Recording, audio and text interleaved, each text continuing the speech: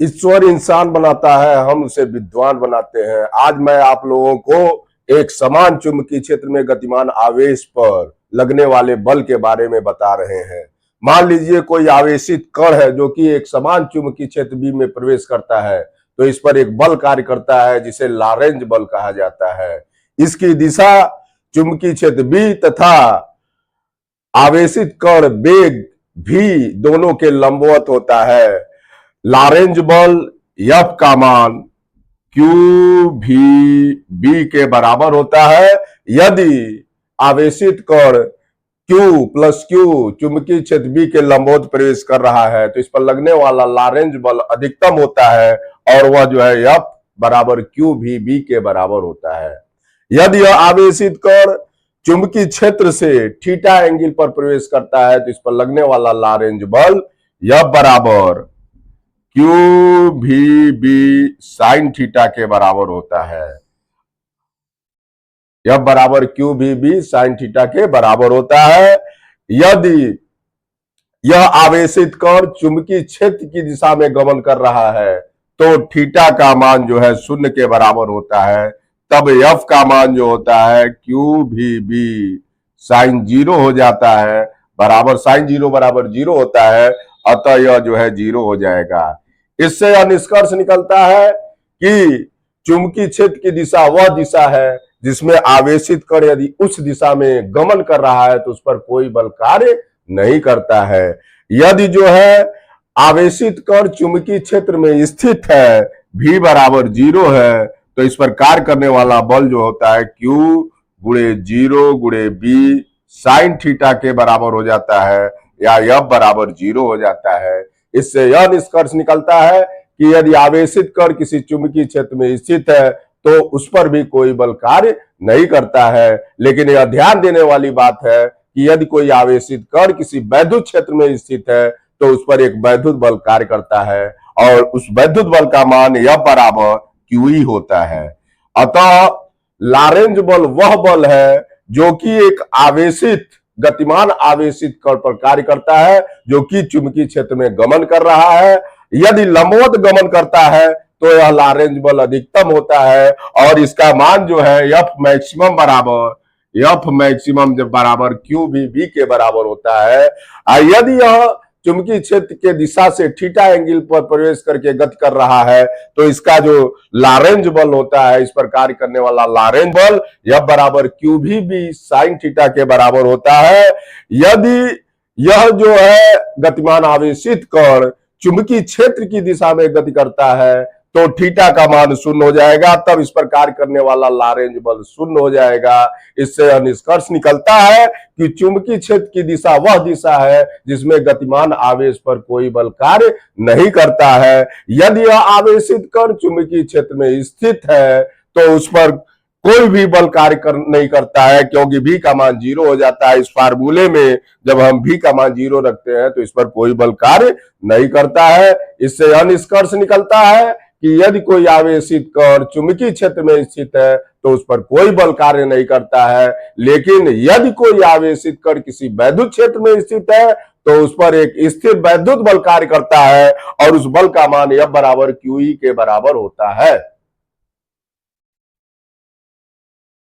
एक समान चुंबकीय क्षेत्र में आवेशित कण की गति। जब कोई आवेशित कण किसी चुंबकीय क्षेत्र के समांतर प्रवेश करता है, नंबर 1, जब आवेशित कण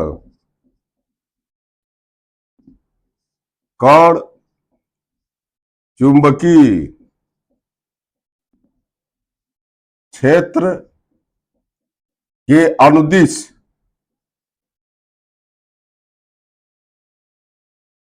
गति करता है।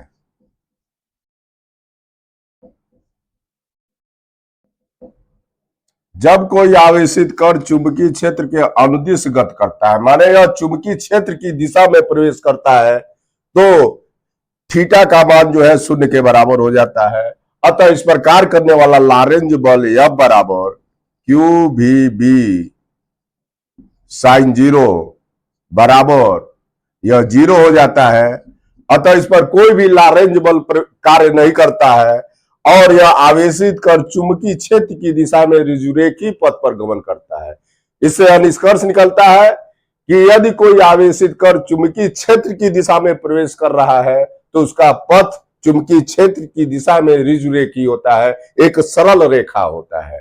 और जब कोई आवेशित कण चुंबकीय क्षेत्र के लंबवत प्रवेश करता है तब क्या होता है, आइए देखते हैं। नंबर 2, जब आवेशित कण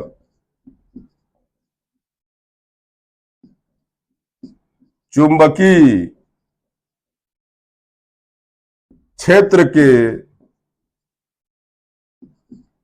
लंबवत गति करता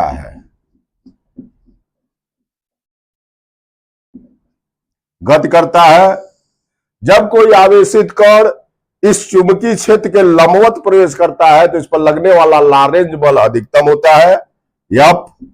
यह जो है QVB के बराबर होता है। जैसे माना यह चुंबकीय क्षेत्र अंदर की ओर है, यह आवेशित प्लस Q चार्ज इसके अंदर लंबवत प्रवेश कर रहा है तो इस पर लगने वाला लॉरेंज बल ऊपर की ओर होगा। अतः यह सीधे न जाके ये इस आकार कर्व के आकार में मुड़ जाएगा। जब यह यहां पर होगा तो इस पर लगने वाला लॉरेंज बल इधर की ओर होगा। इसी प्रकार जब यह यहां पर होगा तो इस पर लगने वाला लॉरेंज बल इधर होगा, और जब यह यहां पर होगा तो इस पर लगने वाला लॉरेंज बल इधर की ओर होगा। इससे यह निष्कर्ष निकलता है कि यदि कोई आवेशित कण चुंबकीय क्षेत्र में लंबवत प्रवेश करता है तो एक वृत्ताकार पथ की त्रिज्या एक वृत्ताकार पथ का अनुसरण करता है और इसमें एक लॉरेंज बल कार्य करता है जिसकी दिशा सदैव जो है केंद्र की ओर होती है। यदि यह आवेशित कण प्लस Q है तो इसका वृत्ताकार पथ इस तरह से होता है, और यदि यह आवेशित कण माइनस Q है तो इसका वृत्ताकार पथ इस तरह से होता है। माने प्लस Q में वृत्ताकार पथ ऊपर की ओर, माइनस Q में वृत्ताकार पथ की दिशा नीचे की ओर होती है। इसमें जो लॉरेंज बल होता है यह जब वृत्ताकार मोशन करता है, गति करता है तो इसे एक अभिकेंद्र बल प्रदान करता है। माना इस वृत्ताकार पथ की त्रिज्या स्मॉल r है, माना वृत्ताकार पथ की त्रिज्या स्मॉल r है तो इस वृत्ताकार पथ में गति करने के लिए आवश्यक अभिकेंद्र बल लॉरेंज बल से प्राप्त होता है। लॉरेंज बल F बराबर QVB इसको जो है अभिकेंद्र बल प्रदान करता है और mv स्क्वायर बटे r के बराबर हो जाता है। इसलिए इस v से हम यह भी काट सकते हैं, इसलिए r बराबर हो जाएगा mv बटे QB। r का मान mv बटे QB के बराबर हो गया। इस सूत्र से यह निष्कर्ष निकलता है कि r जो होता है समानुपाती होता है mv के, माने इस कण के संवेग के समानुपाती होता है, तथा r जो है व्युत्क्रमानुपाती होता है q बटे m के। q बटे m को जो है इस कण का विशिष्ट आवेश कहते हैं, माने r जो है इस कण के विशिष्ट आवेश के व्युत्क्रमानुपाती होता है। यदि इस कण की गतिज ऊर्जा k हो, इस कण की गतिज ऊर्जा k हो तो हम लोग लिख सकते हैं k बराबर 1/2 mv स्क्वायर। गतिज ऊर्जा k बराबर 1/2 mv स्क्वायर लिख सकते हैं। अब यह 2k इज इक्वल टू हो जाएगा mv स्क्वायर, इसलिए v स्क्वायर बराबर हो जाएगा 2k बटे m, या v बराबर अंडर रूट 2k बटे m हो जाएगा। अभी हम लोगों ने पढ़ा है r का मान जो होता है mv बटे QB के बराबर होता है।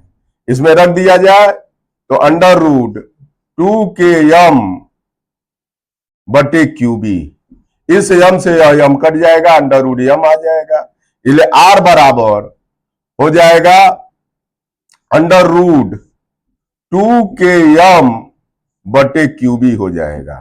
यह जो है इस वृत्ताकार पथ की त्रिज्या गतिज ऊर्जा k के रूप में निकालने का एक सूत्र है। यदि हम इस आवेशित कण को कैपिटल V वोल्ट विभवांतर द्वारा त्वरित करें तो इसकी गतिज ऊर्जा QV के बराबर हो जाएगी। यदि इस आवेशित कण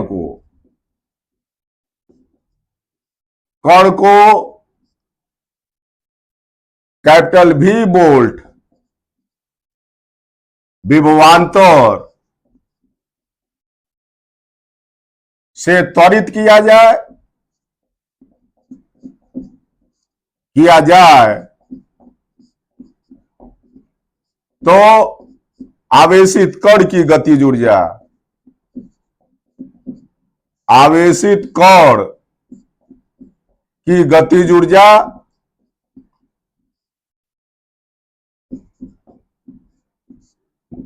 के बराबर QV हो जाएगा। इसका मान फार्मूले में रखने पर R बराबर अभी हम लोगों ने रखा है 2m K बटे QB में रख दिया जाए तो ये हो जाएगा 2m K के जगह पर QB बटे QB हो जाएगा। इस Q से यह Q कट जाएगा तो √Q आ जाएगा। इसलिए R बराबर 1/B √2m कैपिटल V बटे जो है Q के बराबर हो जाएगा। माने वृत्त की त्रिज्या R का मान 1/B √2m कैपिटल V अपान Q के बराबर हो जाएगा, जहां पर m जो है इस कण का द्रव्यमान है तथा Q आवेश है और V जो है इसको V वोल्ट से त्वरित किया गया है। अतः इसकी त्रिज्या R का मान इतने के बराबर हो जाएगा। यदि हम इसका टाइम पीरियड निकालें तो यह एक चक्कर लगाने में 2πr दूरी तय करता है। T बराबर हो जाएगा 2πr बटे V। माने यह कौन एक चक्कर लगाने में 2πr दूरी तय करता है। इसका वेग कितना है V, अतः T बराबर हो जाएगा 2πr बटे V। बराबर ये हो जाएगा 2πr, R के जगह पर हम लिख देंगे mv बटे QB बटे V से भी कट जाएगा, इसलिए T बराबर आ जाएगा 2πm बटे QB। माने एक चक्कर लगाने में इस कण द्वारा लिया गया समय, इसका आवर्तकाल कैपिटल T बराबर हो जाएगा 2πm बटे QB। अतः एक सेकंड में चक्रों की संख्या स्मॉल n बराबर 1/T, इसे आवृत्त कहते हैं। यह बराबर 1/2πm बटे QB हो जाएगा, इसलिए n बराबर आ जाएगा QB बटे 2πm। इससे यह निष्कर्ष निकलता है कि इस कण का जो आवर्तकाल है और आवृत्त इस कण के वेग पर निर्भर नहीं करता है। यदि कण का वेग ज्यादा है तो इसके पथ की त्रिज्या बड़ी हो जाएगी, तब यह इस पथ का अनुसरण करेगा। यह वेग V1 है, इसके पथ की त्रिज्या अधिक हो जाएगी। और यदि कण का वेग कम है तो इसके पथ की त्रिज्या जो है कम हो जाएगी। जब आवेशित कण चुंबकीय क्षेत्र में तिरछा गति करता है, चुंबकीय क्षेत्र में तिरछा गति करता है, तब इस पर लगने वाले बल को जरा हम लोग देखते हैं। जब आवेशित कण इस चुंबकीय क्षेत्र B में तिरछा प्रवेश करता है V वेग से, माने B से थीटा एंगल पर प्रवेश करता है, तो इस V के दो घटक हो जाएंगे। एक चुंबकीय क्षेत्र की दिशा में घटक V cos थीटा हो जाएगा और एक चुंबकीय क्षेत्र के लंबवत घटक V sin थीटा हो जाएगा। V cos थीटा के कारण यह जो है कण ऋजु रेखा में गति करेगा, जबकि V sin थीटा के कारण यह जो है वृत्तीय पथ में गति करेगा। और जब यह वृत्तीय पथ में और ऋजु रेखा दोनों में गति करेगा तो इसकी जो परिणामी पथ होगा वह कुंडलनी के आकार का होगा, जिसे इंग्लिश में हेलिक्स कहा जाता है। अब इसका पथ जो है इस तरह का हो जाएगा और इस तरह से गति करते हुए यह आगे की ओर बढ़ेगा। माने अब इसका पथ जो है एक कुंडलनी के आकार का हो जाएगा, कुंडलनी के आकार का हो जाएगा और इस तरह से यह जो है गति करते हुए आगे की ओर बढ़ेगा। इस कुंडलनी का अक्ष जो होगा वह चुंबकीय क्षेत्र B की दिशा में होगा। इस कुंडलनी में जो इसका एक चक्कर लगाने में लगा समय है टी बराबर वह 2 पाई m बटे क्यूबी के बराबर हो जाएगा, तथा इस कुंडलिनी के वृत्ताकार पथ की त्रिज्या r का मान जो होगा वह m भी साइन थीटा बटे क्यूबी के बराबर हो जाएगा, क्योंकि यह जो है वृत्ताकार पथ में जो त्रिज्या है, वृत्ताकार पथ में जो एक गति कर रहा है वह भी साइन थीटा के कारण कर रहा है, इसलिए इसकी त्रिज्या r बराबर एम भी साइन थीटा बटे क्यूबी के बराबर हो जाएगा, और इसको एक चक्कर लगाने में समय लगेगा 2 पाई m बटे क्यूबी। अब इसका जो है पथ का पिच माने एक चक्कर लगाने में जितना यह आवेशित कण क्षैतिज दिशा में आगे की ओर गति करता है वह इस कुंडलनी का पिच कहलाता है, या पथ का पिच कहलाता है। पथ की पिच मान लीजिए यह यहां से यहां तक जाता है, इसे पी कहते हैं।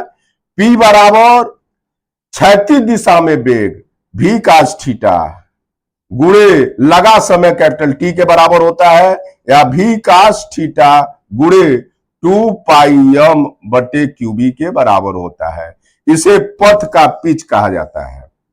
अतः इससे यह निष्कर्ष निकलता है कि यदि कोई आवेशित कण किसी चुंबकीय क्षेत्र से तिरछा प्रवेश करता है, मतलब थीटा एंगल पर प्रवेश करता है, तो इसका पथ जो है कुंडलनी, जिसे कुंडलनी